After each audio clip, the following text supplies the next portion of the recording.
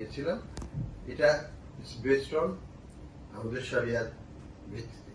আমাদের শরিয়া কাউন্সিল বলেছে যে যখন লস হবে, এবং যেটা তো অবশ্যই লস বিরাট আকারে হয়েছিল 24-25 ইত্যাদিতে, তখন কোন রকমের প্রফিট দেওয়া যায় না।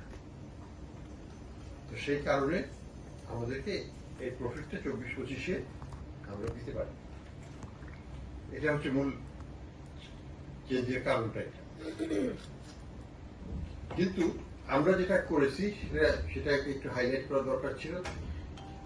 শুধুমাত্র ওইটুকুই খবর আসছে 24-25 দেওয়া হয়নি, কিন্তু সরকার থেকে যেটা দেওয়া হচ্ছে আসলটা তো পুরোই দেওয়া হচ্ছে তাদেরকে।